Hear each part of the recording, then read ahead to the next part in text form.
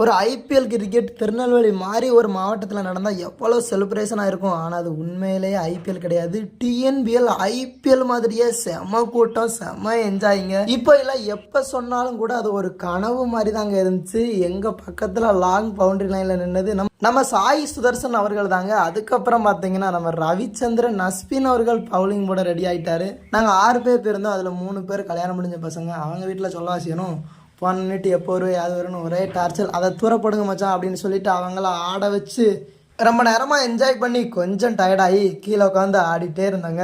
அதுக்கப்புறம் கொஞ்ச நேரத்துக்கு அப்புறம் லாங் பவுண்டரியில் நம்ம நடராஜன் இருந்தாருங்க. அதுக்கப்புறம் சொல்ல வாங்க செய்யணும், நம்ம பக்கத்தில் ஒரு ஆர்சிபி ஃபேன் டான்ஸை பாருங்க. நம்ம விட சேர்ந்த ஆர்சிபி ஃபேன் அண்ணா, நம்ம ஆர்சிபி ஃபேன் சும்மா இருப்போமா? உடனே நம்மளுமே எழுந்து ஆட்டத்தை பிடிச்சிட்டாங்க. நம்ம டிஎன்பிஎல் வந்து எதுக்கிட்ட ஆர்சிபி சொல்கிறேன்னு பார்த்தா இங்கேயும் ஆர்சிபி சர்சி போட்டு ஒரு டீம் தோத்துருச்சுங்க. எப்படியோ திருப்பூர் திண்டுக்கல் நாங்கள் பார்க்க வந்த டீம் ரெண்டுமே செம வெட்டுறீங்க.